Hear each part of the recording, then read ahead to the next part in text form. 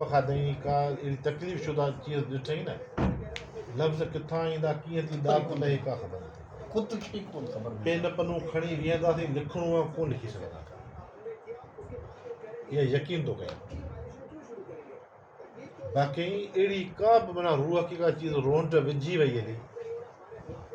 उहो किथां थो मालिक ॾे लफ़्ज़ छा था थींदा आहिनि कीअं थो हली हाणे जीअं त तव्हां शाइरी हींअर चई पे न जी त लुछो प्याल छा पे गरमाइश पई थी माण्हू खे जी जी महसूसु इहे थो करे त हाणे असीं सोचूं था त शाइर जे दिलि में अलाए ॼणे छा केॾो वॾो दरिया आहे सही छा आहे सामुंड आहे छा आहे हुन कीअं ॿुॾंदो हूंदो कीअं तरंदो हूंदो कीअं गोता खाईंदो हूंदो उहो जान अलाए कहिड़ो आहे हा सर हिकिड़ो मिसरो लिखण लाइ ख़बर केतिरो बेचैन रहंदो हूंदो ॿ ॾींहं अयाज़ जो हिकिड़ो मशहूरु नज़म आहे बुरो भील ते ज़बरदस्त नज़म आहे अयाज़ हा इहो पिंजरो साइड ते साइड जेको वॾो जेको सो माना वाक़ियो थियो हो अयाज़ इहो ॿुधायो केस रहियो ओ तो बैठो त बि इहो गुलाम माना लोकल ई फनकार हो कराची साइड जो माना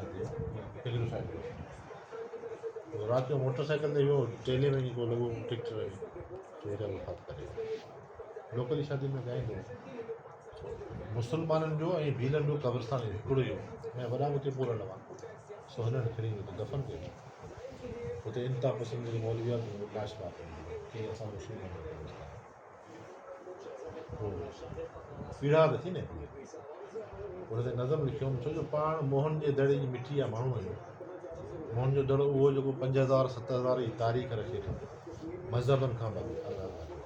मज़हबनि कोई जनम वरितो आहे असांजी धरती अञा वरितो सो पोइ इहो नज़म लिखियो त आऊं मोहन जी मिटी आहियां मूं में भूरो पूरे आऊं मोहन जी मिटी आहियां मूं में भूरो पूरे वञ थो मूं में को बि काढ़ो नाहे मूंखे कंहिं बि मज़हब जो कोन ॾिनल को वाड़ो आहे तुंहिंजी भेल ॾिसी वो भूरा मूं में ॼण त कुठल का हरणी फतकी फतकी साणी थी आहे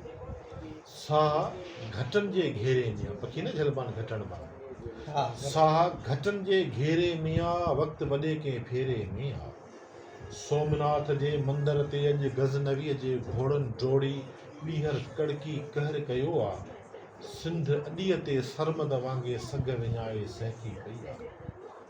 पर हिते मुला कवि जहिड़ा उहो मुला कवि जेको औरंगज़ेब जे दौर में फतवा फरोश मुला हूंदो हो औरंगज़ेब जीअं चवंदोसि तीअं फतवा ॾेई छॾींदो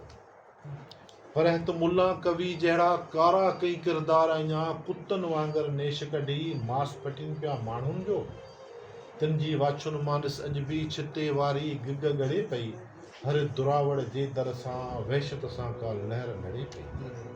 अॼु ॾिस खूनी चंबनि सां हो खोटे मिटीअ मां लाश कढनि था ॼण त ख़ुदा जे ख़्याल खां ज़ोरी रोड़े को आकाश वठनि था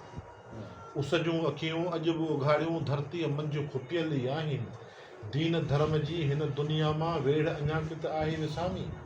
पर तो माठारनि खे मारे शाह इनायत जे धड़ वांगुरु तड़पी नई तारीख़ लिखी आहे ॼण त बिलावल जी घाणे मां पीढ़ जी काई चीख उथी तपी तंबूरा सबू थिया आहिनि ॼण केॾारे कंध चयो आहे भूरे खे भाकुर में भरण लाइ पाण भिटाई कंध कयो आहे भल मां दहरियो काफ़र सॾिजां मुंहिंजी बि हिकु ॻाल्हि त मञ थो मूं में भूरो पूरे सो जॾहिं को अहिड़ो किरदारु जेको सो माना बेदर्दी सां लताड़ियो वेंदो आहे दिलि ते घाह करे थो त पोइ भिटाई